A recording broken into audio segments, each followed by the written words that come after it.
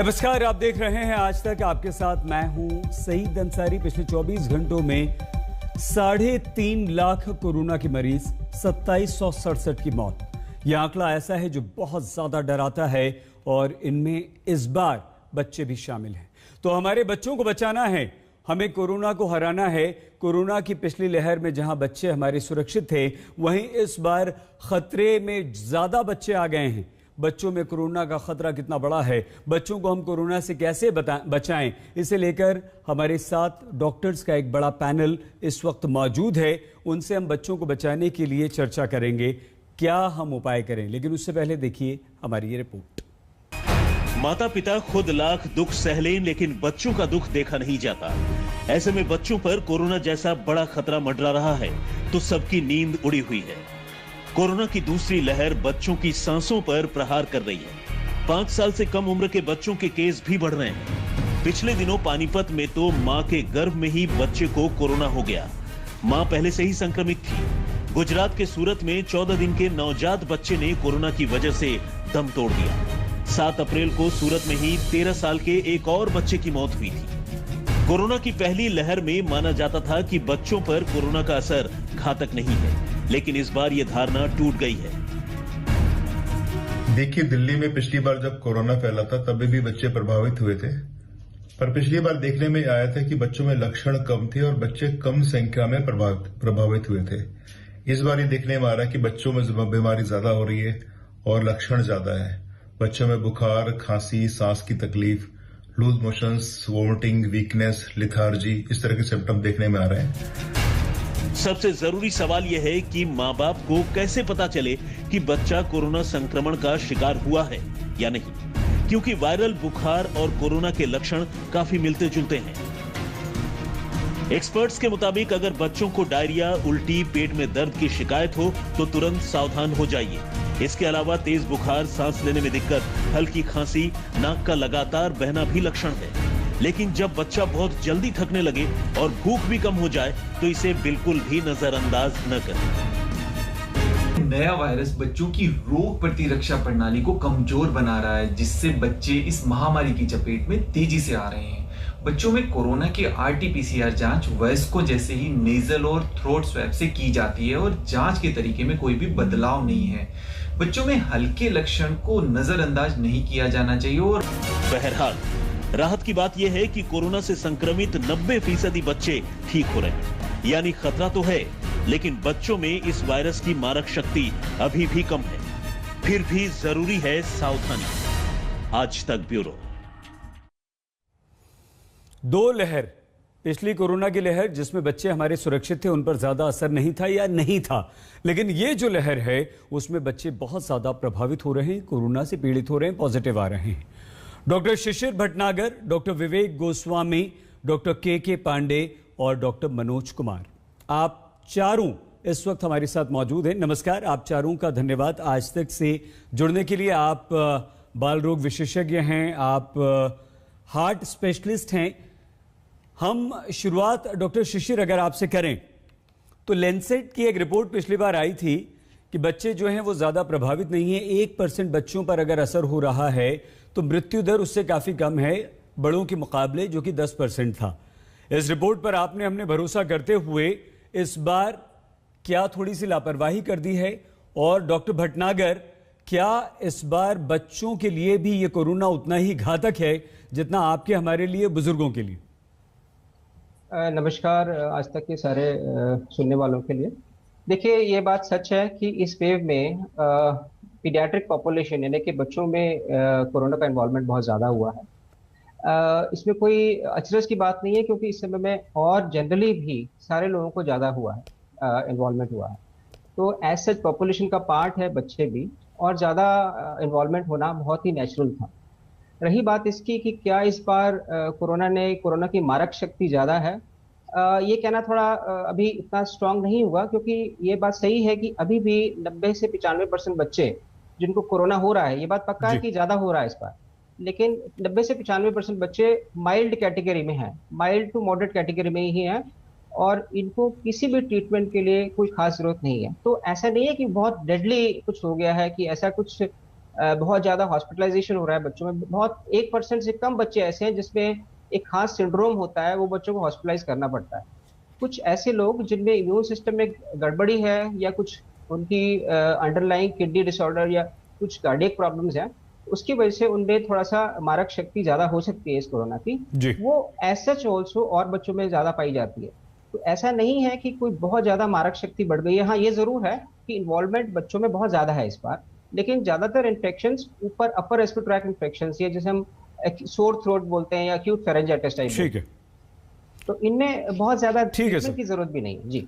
Doctor विवेक, इस बार जो बच्चों पर ये कोरोना असर कर रहा है, क्योंकि आमतौर पर बच्चे जो होते हैं उन्हें वैसे ही कुछ ना कुछ होता ही रहता है, सर्दी है, जुकाम है, बुखार है, तो हमें कैसे अलर्ट रहना है और इस बार का ये कोरोना बच्चों पर कितना असर कर रहा है? डॉक्टर विवेक गोस्वामी। या सबसे पहले नमस्कार सबको। मैं आप लोग सब लोगों से एक चीज को बहुत क्लैरिफाई करना चाहूंगा कि देखिए, जब शेयर नंबर बढ़ता है तो बच्चे भी ज्यादा इन्वॉल्व होंगे ही, उसमें कोई अचरज वाली बात नहीं है। अगर हम पिछली लहर जो आपका लहर गई थी उसमें जो इन्वॉल्वमेंट थी बच्चों की, दैट वाज समवेयर अराउंड 4.8%, और इस बार वो जो इन्वॉल्वमेंट है वो 5.5% के आसपास देखने में मिली है। तो there is a marginal increase in the number of infection in the kids. But अच्छी बात यह है कि सिवियरिटी स्केल बहुत ज्यादा नहीं बढ़ा है। There are only very few high risk kids जो कि जनरली एडोलेसेंट 12 से 18 साल के एज ग्रुप में थोड़ी सी हमें ज्यादा कॉम्प्लिकेशन देखने में मिल रही है। वो भी जो बच्चे थोड़े ओबीस हैं या जिन बच्चों में थोड़ा सा कोई कोमोर्बिडिटी है, कोई हार्ट प्रॉब्लम है, कोई किडनी प्रॉब्लम है, उन्हीं में ये थोड़ा सा प्रॉब्लम देखने में मिल रही है। यंगर एज ग्रुप में complication rate is very very less. अगर हम मोर्टेलिटी रेट या डेथ रेट की बात करते हैं, बच्चों में death rate is 0.03% as compare to 0.5 to 1% in the adults. So आज की डेट में भी चाहे नंबर बढ़ गए हों लेकिन सिवियरिटी उतनी नहीं बढ़ी है, तो इतना पैनिक में जाने की या इतना घबराने की सिचुएशन नहीं है। ये बहुत अच्छी बात है डॉक्टर साहब, डॉक्टर विवेक, कम से कम इससे हमें थोड़ी सी राहत मिलती है कि हमें डरना नहीं चाहिए। डॉक्टर पांडे, बच्चे जो हैं हमारे वो बीमार हो रहे हैं, इसमें कोई शक नहीं। पिछले 46 दिनों में 80,000 से बच्चे देश भर में कोरोना से पॉजिटिव हुए। ये जो दूसरी वेव है, ये इस वेव से हमें अपने बच्चों को पहले से ही किस तरह से बचा के रखना चाहिए?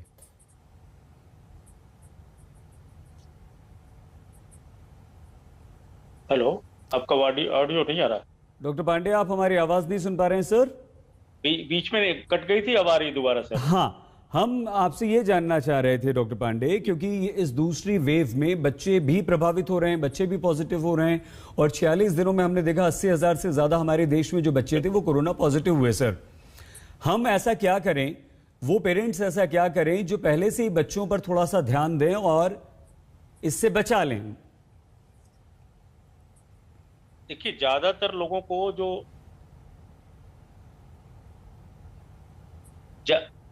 ऑडियो आपकी नहीं आ रही फिर से? कोई बात नहीं सर, आप, हाँ कोई बात नहीं, हम सुन पा रहे हैं बहुत अच्छी तरह से सर, आप अपनी बात प्लीज पूरी कीजिए।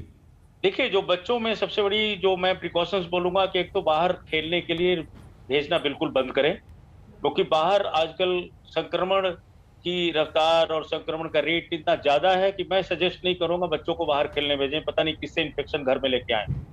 दूसरा चीज, घर के लोगों में जो एडल्ट्स हैं उनमें ज्यादा इन्फेक्शन है और पॉजिटिविटी रेट ऑलमोस्ट 33-34% चल रही है दिल्ली एनसीआर में जी। ऐसे में अगर किसी को जैसे ही सिम्टम होते हैं, टेस्ट रिपोर्ट का वेट ना करते हुए एक्सट्रीम प्रिकॉशंस लें घर में। नॉर्मल जो कपड़े का मास्क पहन रहे हैं उससे कोई प्रोटेक्शन नहीं हो रही मेरी नजर में। जिसको भी ये सिम्टम्स हो रहे हैं तुरंत N95 मास्क घर में पहनना शुरू करें, क्योंकि देखिए, बच्चे को आप उम्मीद करें कि बच्चा प्रॉपरली मास्क पहनेगा और अपने को बचा पाएगा, ये पॉसिबल नहीं है। लेकिन बड़े लोग कम से कम अपने बच्चे को बचाने के लिए N95 मास्क या सर्जिकल मास्क तो कम से कम घर में यूज कर ही सकते हैं। जैसे ही उनको कोल्ड हो, फीवर हो या कोई ऐसे सिम्टम्स, बॉडी एक हो, लिथार्जी हो, किसी के कंटेक्ट में आए, क्योंकि देखिए सिम्टम्स आएंगे 4-5 दिन में, फिर जांच कराएंगे 3-4 दिन और लग जाएंगे, तब तक बच्चा आपका एक्सपोज हो चुका। तो जैसे ही किसी का गला खराब होता है, हल्का फीवर होता है, हल्का कोई प्रॉब्लम हो रही है, सावधानी एक्सट्रीम लेवल की बरतना शुरू करें। दूसरी सावधानी जो मैं कहूंगा, बच्चे जैसे ही सिक होते हैं वो खाना पीना छोड़ देते हैं, सुस्त पड़ जाते हैं। तो ये ध्यान रखें कि उनका वाटर इंटेक, खासतौर से लिक्विड इंटेक जो भी है, लिक्विड डाइट कुछ न कुछ वो खाते पीते रहें।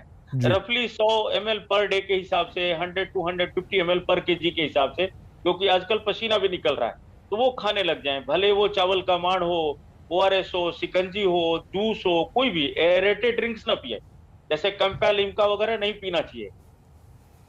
तो ये प्रिकॉशंस। और बच्चा अगर कोई ऐसे सिम्टम्स आते हैं, मैं एक और मेंशन करना चाहूंगा, बच्चों में कुछ एब्नॉर्मल सिम्टम्स मैं देख रहा हूं, जैसे आंख में रेडनेस आ जाती है। गैस्ट्रोइंटेस्टाइनल सिम्टम्स तो आपने मेंशन किया है, लेकिन आंख के अंदर रेडनेस भी बच्चों में आ रही है। और बच्चों में इस में खाते हैं कि चोरी उनको महसूस होती है, बच्चा दिन भर सोता रहता है। माँ और पेरेंट्स आपको बता देंगे कि भाई खा पी नहीं रहा ठीक से, बाकी तो ठीक लग रहा है डॉक्टर साहब, लेकिन सुस्त बहुत ज्यादा हो गया, खा पी नहीं रहा है। आंखें जब आप चेक करेंगे वीडियो कंसल्टेशन में दिखता है, आंख जो है उसकी लाल हो रही है, आंखों में रेडनेस आ रही है। तो ये कुछ सिम्टम्स हैं जिसमें बचाने की जरूरत है। और सबसे बड़ी चीज कि अभी पेडियाट्रिशियंस को भी, बड़े सारे चाइल्ड स्पेशलिस्ट हैं जिनको MIS-C के बारे में नहीं पता, मल्टी सिस्टम इन्फ्लेमेटरी सिंड्रोम जो बच्चों में होता है, इसके बारे में नहीं पता।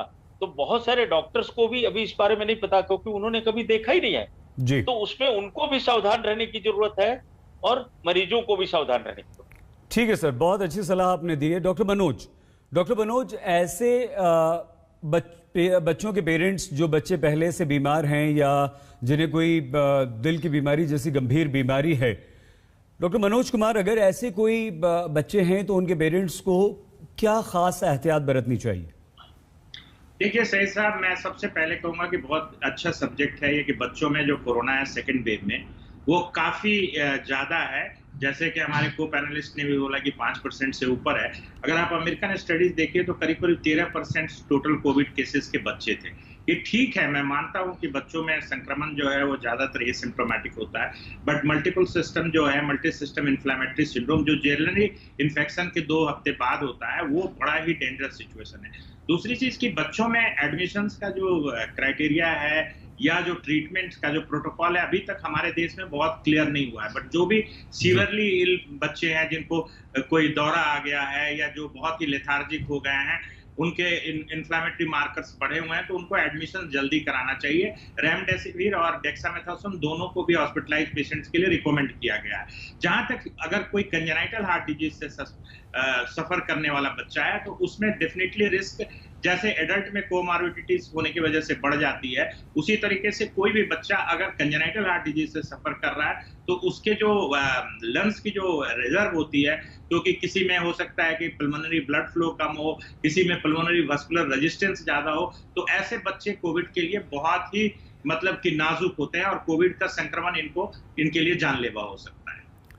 तो बहुत ज़्यादा यहाँ पर हमें अपने बच्चों का ख्याल रखना है। जो डॉक्टर्स का ये पैनल है वो लगातार ये कह रहा है कि पहले तो बच्चों को बचाएं, लेकिन अगर मान लीजिए किसी वजह से हो भी जाता है तो डरने और घबराने की ज़रूरत नहीं है, क्योंकि बच्चे ठीक भी ज़्यादा हो रहे हैं, उनके ठीक होने की जो दर है वो काफ़ी अच्छी यहाँ पर है। लेकिन फिर भी इस दूसरी लहर में बच्चे ज़्यादा खतरे में हैं।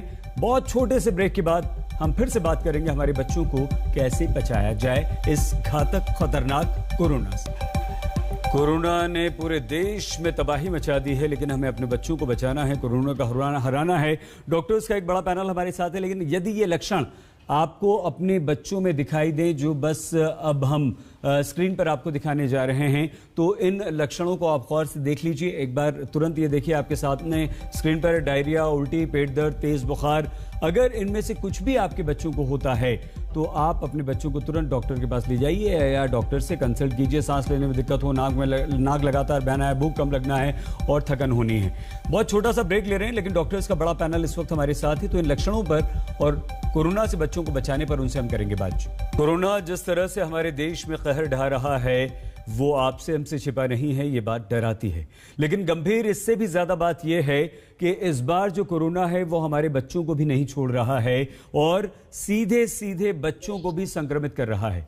ये गंभीर है और इसीलिए ये 4 बड़े डॉक्टर्स हमारे साथ यहां पर हैं जो बच्चों के डॉक्टर्स हैं। इनमें एक डॉक्टर मनोज हार्ट स्पेशलिस्ट भी हैं। डॉक्टर शिशिर, अब तो सिर्फ सवाल यह है कि हम अपने बच्चों को बचाएं कैसे, क्या लक्षण आए तो अलर्ट हो जाएं, सतर्क हो जाएं, और क्या ऐसा करें डॉक्टर शिशिर कि हम कोरोना की चपेट में अपने बच्चों को आने ही ना दें।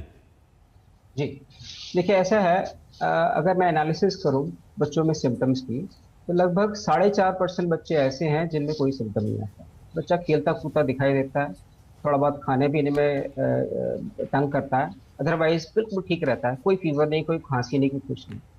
लगभग 50% बच्चे ऐसे होते हैं जिनके अंदर थोड़ा बहुत खांसी, जुकाम, नजला, नाक का बहना, हल्का फीवर 99 से लेके 100, 150 तक, कुछ बच्चों में 101 तक, 102 तक भी जाता है।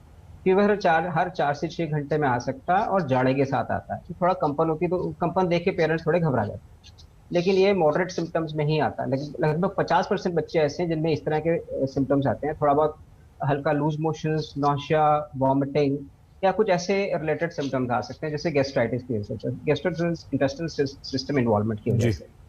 लगभग 38 से 39% ऐसे बच्चे होते हैं जिनमें मॉडरेट डिसीज होती है, जिनमें थोड़ा सा सांस लेने में दिक्कत हो सकती है, खांसी बढ़ सकती है। सिर्फ 2 से 3% बच्चे ऐसे होते हैं जिनमें सिवियरिटी हो सकती है। वो भी ऐसे बच्चे हैं जिनके अंदर कोई अंडरलाइंग डिसीज हो, जैसे kidney disease, cardiac disease, obesity, या कोई और इंसुलिन डिपेंडेंट डायबिटीज, या कुछ ऐसे बच्चे। ठीक है। जहां तक बचाव की बात है, देखिए बचाव में कोई ऐसी प्रिवेंटिव मेडिसिन नहीं है हमारे पास जो हमने दे दी और बचाव हो गया। अगर सब लोगों को, अगर घर में किसी बड़े को कोरोना होता है तो उसको अपने आप को आइसोलेट कर लेना चाहिए। हालांकि इसका संक्रमण इतना तेज है कि बहुत हाई चांस है कि और घर में लोगों को भी हो जाएगा, लेकिन हाँ, पहले सिम्टम आने के साथ ही उस शख्स को आइसोलेट हो जाना चाहिए जी। हाँ, अगर बच्चों में कुछ सिम्टम आने शुरू हो गए तो थोड़ा उसके हिसाब से ट्रीट कर सकते हैं। क्या बचाव के लिए कुछ और कर सकते हैं? हाँ, कर सकते हैं। आप बच्चे का लिक्विड इंटेक अच्छा रखें, हाइड्रेशन अच्छा रखें, यूरिनेशन अच्छा हो, तो उससे उसकी इम्यूनिटी अच्छी रहेगी। उसको विटामिन दे सकते हैं, विटामिन सी दे सकते हैं। आजकल बहुत ज्यादा विटामिन सी और जिंक का, हालांकि थोड़ा बहुत मल्टीविटामिन तो वैसे भी बच्चों को थोड़ा देते रहते हैं, बट एक हाँ, ये पाया गया कि थोड़ा सा एक उसमें फर्क पड़ सकता है। हालांकि कोई बहुत ऐसी एक्टिव स्टडीज नहीं जो उसको सपोर्ट कर रही है। बच्चों को फ्रेश जी। डॉक्टर शिशिर, जिस तरह से आप चारों यहाँ पर एक हिम्मत दे रहे हैं और एक हम लोगों को राहत आपसे मिल रही है बात करके, और जो लाखों लोग इस वक्त सुन रहे हैं आज तक पर आपको देख रहे हैं, हमें लग रहा था कि जितना खतरनाक है कहीं ऐसा ना हो कि हमारे बच्चों को उस तरह से चपेट में ले ले। डॉक्टर विवेक, वो कौन सा एज ग्रुप हो हमारे बच्चों का 1 से लेके 18 साल तक, जिसमें हमें ज्यादा अलर्ट रहना है और ज्यादा अपने बच्चों को बचाने की कोशिश में एकदम जुट जाना है? देखिए, till 12 years generally the symptoms are very mild. उसमें आपका आई विल से 99% में कोई कॉम्प्लिकेशन नहीं होता। This just 1% will end up in some kind of complications. But 12 to 18 years एक ऐसा एज ग्रुप है जहाँ पे हमें थोड़ा सा ज्यादा कॉशियस होना पड़ेगा, वो भी अगर बच्चा थोड़ा ओबीस है, बिकॉज एडोलेसेंट एज ग्रुप में ये एडल्ट्स की तरह ज्यादा बिहेव करते हैं। But one thing is very clear that कि इतना बड़ा पैनिक हमें बच्चों को लेके नहीं क्रिएट करना है कि माँ बाप जो है अपना चिंता छोड़ के बच्चों के लिए हर वक्त सोचते रहें। बच्चों में डिजीज अभी भी माइल्ड ही है, बहुत रेयर कॉम्प्लिकेशंस होती हैं, और जो कॉम्प्लिकेशंस होती हैं वो एक्यूट कोविड में नहीं होती हैं। जैसा कि पहले डॉक्टर साहब ने बताया कि there is like 1% of all the COVID scenario से 100 बच्चों को कोविड हुआ, उसमें से एक बच्चे को कॉम्प्लिकेशन होगी जिसको MIS-C हो सकता है जनरली 2 to 4 वीक्स के बाद। और उसके सिम्टम्स हैं कि अगर फीवर आपका 3 दिन से ज्यादा बहुत हाई ग्रेड है, स्किन पे कोई रैशेज आए हैं, आपको वॉमिटिंग्स हैं, लूज मोशंस है, पेट में बहुत ज्यादा दर्द है, या बच्चा बहुत ड्राउजी है, सुस्त है बच्चा बहुत ज्यादा, ये वाले सिम्टम्स पे आप थोड़ा सा गौर करें। और ये भी बहुत रेयर है। It is like all the patients who have got Covid, उसमें से भी 1% को ये कॉम्प्लिकेशन होगी। तो इतना बड़ा पैनिक क्रिएट करने की बिल्कुल जरूरत नहीं है। बच्चे हमारे सेफ हैं, टचवुड ये कोरोना अभी भी बच्चों को उतना बुरी तरह से अफेक्ट नहीं कर रहा है। बिल्कुल डॉक्टर विवेक, ये बहुत अच्छी बात है। देखिए, आपने भी कहा पैनिक क्रिएट ना करें, डॉक्टर शिशिर लगातार कह रहे हैं, और यही बात डॉक्टर मनोज और डॉक्टर पांडे ने भी कही थी। डॉक्टर पांडे, एक बहुत होता क्या है कि खान पान, जैसे आप बीमार पड़ते हैं, कुछ होता है, या उससे पहले भी अभी इम्यूनिटी बूस्टर्स की बड़ी ज़बरदस्त बातें हो रही हैं। हम लगातार पिछले 1 साल से अपनी इम्यूनिटी को मजबूत करने के लिए कुछ ना कुछ कर रहे हैं। ऐसे दौर में बच्चों का खान पान कैसा हो सर? देखिए, पहले तो घर का जो खाना है वो खाएं। सबसे ज्यादा जरूरी है लिक्विड इंटेक, कि बच्चे का जो इंटेक है वो 100 to 150 ml पर केजी के हिसाब से होना चाहिए, उससे कम नहीं होना चाहिए। 100 ml से पर केजी से अगर बच्चा कम खा रहा है तो उसको दिक्कत हो सकती है। जी। पेशाब खुल के करता रहे, धार निकलनी चाहिए। और इसमें डिफरेंट टाइप के लिक्विड्स होने चाहिए, जैसे मैंने पहले बताया। आप जूस पिला सकते हैं, शिकंजी बना सकते हैं, चावल का माड़, खिचड़ी वगैरह, जो भी घर के जूसेस वगैरह, फ्रूट्स वगैरह ज्यादा दें, वो अच्छा है। जो जंक फूड है बिल्कुल न खिलाएं, जंक फूड से बच्चे को काफी नुकसान होगा। तो ये सब चीजें ज्यादा जरूरी है। साथ में विटामिन D3 आप दे सकते हैं बच्चे को, अगर बहुत दिनों से नहीं मिला है तो विटामिन D3 दे सकते हैं, विटामिन C दे सकते हैं। लेकिन ज्यादा रोल फ्रूट्स का और लिक्विड टेक का है और आइसोलेशन का है। आजकल बच्चे को बाहर खेलने ना भेजें, ये भी। ये बहुत अच्छी बात है। अच्छा, हम ये सोचते हैं कि चलिए हमारी कॉलोनी में या हमारे फ्लोर पर या हमारे आसपास तो कोरोना किसी को नहीं है, तो हम अपने बच्चों को थोड़ा सा बाहर खेलने के लिए भेज दें, हमें भी राहत मिल जाएगी, बच्चे भी थोड़ा सा खुश हो जाएंगे। वरना घर में पड़े पड़े बंद होंगे तो नाराज होंगे, चिड़चिड़े होंगे। ये होता है। डॉक्टर मनोज, ये राहत की बात तो वाकई है, लेकिन फिर भी क्योंकि बच्चे हैं, जो छोटे बच्चे हैं, जो 5-6 साल तक के हैं, अगर मान लीजिए घर में किसी को कोई कोरोना पॉजिटिव मदर फादर में से एक हो जाता है या दोनों हो जाते हैं, तो बड़ा मुश्किल हो जाता है डॉक्टर मनोज उस बच्चे को अपने मम्मी पापा से दूर रखना। ऐसे में क्या किया जाए? देखिए, ये तो आपने बिल्कुल कहा, सही कहा कि प्रैक्टिकल प्रॉब्लम है कि बच्चों को कैसे अलग रखा जाए पेरेंट्स से। बट सबसे इंपॉर्टेंट चीज इस सेकंड वेव में ये देखी जा रही है। पहले तो ये बोला जाता था ये यंगस्टर बाहर जाते हैं, फिर एल्डरली को डर रहता। मुझे तो अब उल्टा लग रहा है कि चूंकि यंगस्टर और उनके पेरेंट्स बाहर जा रहे हैं, इससे बच्चों को बचाना है, तो वो अपने बच्चों से थोड़ी दूरी बनाए रखें, बहुत जल्दी ज्यादा क्लोज प्रॉक्सिमिटी में नहीं रहें। दूसरी इंपॉर्टेंट चीज कि बच्चों के सिम्टम्स के बारे में एक चीज मैं शेयर करना चाहूंगा कि गैस्ट्रोइंटेस्टाइनल सिम्टम्स 40-50% बच्चों में इसलिए होते हैं कि जो AC2 रिसेप्टर्स जो है वो इनके अमाशय में या ड्यूडनम में ग्लैंडुलर स्ट्रक्चर्स में बहुत ज्यादा होता है। तो ऐसा देखा गया कि जब बच्चे नेजोफेरेंजियल उनका जो स्वाब है वो निगेटिव भी आ जाता है, तो उनका रेक्टल स्वाब या जो पखाने के रास्ते से जो स्वाब लिया जाता है वो पॉजिटिव रहता है। तो ऐसे में मैं ये कहना चाहता हूँ कि नए स्ट्रेन का खेल है और डेफिनेटली थोड़े दिन में डॉक्यूमेंट हो जाएगा कि डबल म्यूटेंट स्ट्रेन का काफी ज्यादा प्रभाव है, जिसकी वजह से ये बच्चे ज्यादा इन्फेक्ट हुए हैं। अभी हमारे पास कोई रिसर्च डेटा या कोई समझिए कि स्टैटिस्टिकल डेटा नहीं है, बट बच्चों को अभी थोड़ा दूर रखें। बहुत ज्यादा क्लोज प्रॉक्सिमिटी, लैप में लेना, बहुत जल्दी क्लोजली किस करना और हक करना, इन सब चीजों से दूर रखें। और जो भी अर्लीस्ट अगर आपके पास कोई सिम्टम्स होता है, जैसे इवन कॉमन फ्लू का भी सिम्टम्स होता है, तो जैसे हमारे को पैनलिस्ट ने भी बोला कि आप properly well fitted mask, Covid appropriate behaviour आप घर में भी फॉलो करें। हैंड हाइजीन, सैनिटाइजेशन, मास्किंग, ये बहुत जरूरी है। इवन सोशल डिस्टेंसिंग भी आप थोड़े दूर रह के बात करें, बहुत ज्यादा नजदीक जाने की कोशिश ना करें। अच्छी सलाह है सर आपकी। डॉक्टर शिशिर, एक यहाँ पर संभावना ये भी है कि बच्चा थोड़ा बड़ा है, एडल्सेंस है, 18 साल, मतलब 14, 15, 16, 17 साल का है बच्चा, और अगर मान लीजिए ऐसे बच्चे को हो जाता है कोरोना और घर में सब लोग सेफ हैं, पेरेंट्स उसके, तो ऐसे में आपका बिहेवियर बच्चे के प्रति क्या होना चाहिए? देखिए, जो नॉर्मल कोविड की गाइडलाइंस दी गई हैं, जो कोविड बिहेवियर बताया गया है, वो इस बच्चों को भी फॉलो करना चाहिए। अगर एक आइसोलेटेड बच्चे को जो कि 14 से 17 साल की एज का है, उसको अगर कोरोना पॉजिटिव आता है या कोरोना के लक्षण हैं उसको, चाहे कोरोना पॉजिटिव नहीं भी आता टेस्ट में, तो उसको अपने आप को आइसोलेट करना चाहिए। उसको ऐसे एक अलग कमरे में रहना चाहिए जहाँ की वॉशरूम्स और जहाँ की फैसिलिटीज वो खुद यूज़ करे और अकेला वही यूज़ करे। और उसको मास्क लगाना चाहिए, कम से कम N95 पक्का लगाना चाहिए। उसके घर में जो कोई, उसके कमरे में जो भी एंटर करे, उसको भी मास्क लगा के एंटर करना चाहिए। इसके बर्तन, इसके जितने भी यूटिलिटीज़ हैं, वो सारी अलग होनी चाहिए। इसके लिए जो खाना है वो एक अच्छा न्यूट्रिशियस फ्रेश खाना विद फ्रूट्स एंड फ्लूइड्स होना चाहिए।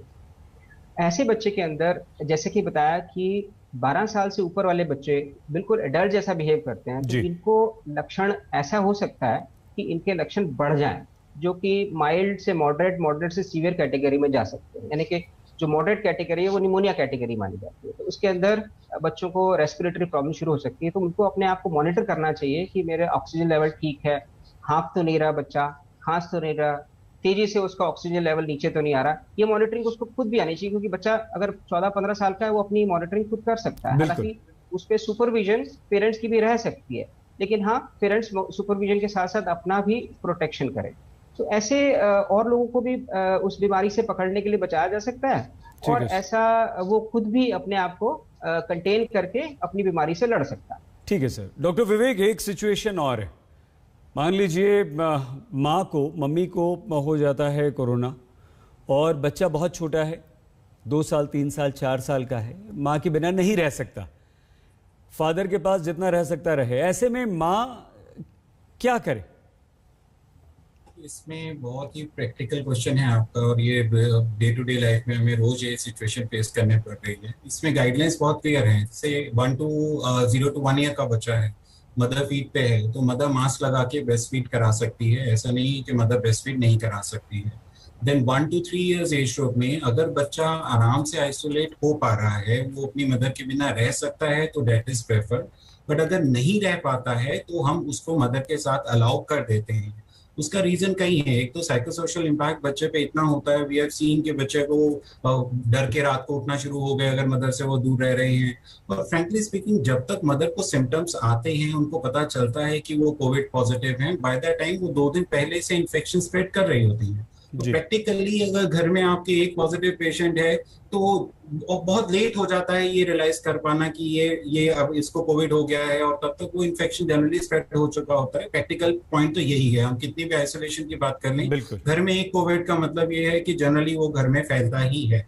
तो ऐसे में क्योंकि एनीवेज बच्चे में इन्फेक्शन माइल्ड ही होने वाला है, तो उसमें वो साइकोसोशल इम्पैक्ट उस पर ज्यादा हो जाता है, वो साइकोलॉजिकली बच्चा ज्यादा डिस्टर्ब हो जाता है। तो हम अगर बच्चा नहीं रह पा रहा है तो हम उसको मदर या फादर जिसके साथ भी वो रहना चाहता है बच्चा, हम अलाउ कर देते हैं। ठीक है डॉक्टर पांडे, ऐसे में जब आप आइदर पेरेंट्स में से कोई एक पॉजिटिव है और बच्चा बहुत छोटा है और पेरेंट्स के पास ही रहेगा, तो क्या ज्यादा चांसेस हो जाते हैं, या ये तय है जिस तरह से डॉक्टर विवेक बोल रहे हैं कि वो तो पहले से ही पॉजिटिव है, सिम्टम्स भले ही आपको बाद में पता चले हों, तो उसको होना ही होना है कोरोना, या आप बचा सकते हैं किसी तरह से? देखिए, जब तक किसी को पता लगता है उसके पहले ही ट्रांसमिशन हो चुका होगा, क्योंकि पेरेंट्स को भी 4-5 दिन बाद टेस्ट कराएंगे, रिपोर्ट भी आजकल देर से आ रही है। इसीलिए जैसे ही किसी को सिम्टम्स होते हैं उसको आइसोलेट कर लेना चाहिए, और घर में भी जैसे सोशल डिस्टेंसिंग वगैरह, मास्क वगैरह यूज करना चाहिए। मैं एक चीज इसमें ध्यान, जो 2-3 चीजें इंपॉर्टेंट बताना चाहूंगा। एक तो जिन लोगों के बच्चे ओबीज हैं, जो मोटे हैं, और जिनको की एस्थमा वगैरह या एलर्जी है, उनको सावधान रहना चाहिए। दूसरी चीज, N95 के मास्क के बारे में बहुत सारे लोगों को नहीं पता है। एक ही N95 मास्क पूरी फैमिली जो है रोज पहनती रहती है, ऐसे नहीं काम करता। अगर घर में कोविड किसी को हो गया है तो एक N95 मास्क आप आज इस्तेमाल अगर कर रहे हैं 8 घंटे के लिए, हम मान लेते हैं जी, तो उसको फिर 5 दिन बाद आप इस्तेमाल करें। ठीक है तो सर, आपको कम से कम 5 या 6 N95 मास्क खरीदना चाहिए पर पर्सन। सर, ये अच्छी सलाह है आपकी। डॉक्टर मनोज सर, थोड़ा समय कम था इसलिए हमने आपको बीच में रोका है। पांडे सर, डॉक्टर मनोज, चलते चलते आपकी बच्चों के लिए पेरेंट्स को और हमें सलाह। देखिए, मैं तो ये कहूंगा कि जैसे सिम्टम्स आए, किसी भी एडल्ट को घर में वो बच्चों से दूर रहें। बच्चों को सिम्टम्स आने के बाद तुरंत पीडियाट्रिशियन से मिले। दूसरी चीज कि बच्चों में थोड़ा सा एडमिशन का क्राइटेरिया थोड़ा माइल्ड है। अगर उनका इन्फ्लेमेटरी मार्कर्स जैसे सीआरपी, फेरिटिन वगैरह ज्यादा है, अगर वो कुछ हाइड्रेशन मेंटेन करना है, उसके बावजूद भी अगर कोई सीजर लाइक एक्टिविटी होती है, बच्चा लेथार्जिक होता है, तो अपने एक पीडियाट्रिशियन से मिलना है, और उसमें थोड़ी सी जल्दीबाजी करनी है मैनेजमेंट में। बच्चों पे पूरा ध्यान रखिए और उनको भी सोशल डिस्टेंसिंग और मास्किंग के लिए प्रेरित कीजिए। डॉक्टर शिशिर भटनागर, डॉक्टर विवेक गोस्वामी, डॉक्टर के पांडे, डॉक्टर मनोज कुमार, आप चारों का सर बहुत धन्यवाद, क्योंकि आपकी जो सलाह है वो हमारे पेरेंट्स को अपने बच्चों को कोरोना होने से बचाएगी, और हुआ है तो उनको बचाएगी। लेकिन सबसे ज्यादा आपने राहत ये दी कि हमें डरने की बिल्कुल जरूरत नहीं है, हमारे बच्चे बिल्कुल खतरे में नहीं हैं। अगर उन्हें कोरोना हो भी जाता है तो अपना और अपने बच्चों का प्लीज बहुत ख्याल रखिएगा। देखते रहिए आज तक। नमस्कार, मैं हूं अंजना ओम कश्यप। हमें उम्मीद है ये वीडियो आपको पसंद आया होगा। लेटेस्ट खबरों के लिए यूं ही देखते रहिए आज तक, और इस वीडियो के पसंद आने पर लाइक, शेयर एंड सब्सक्राइब करना ना भूलें।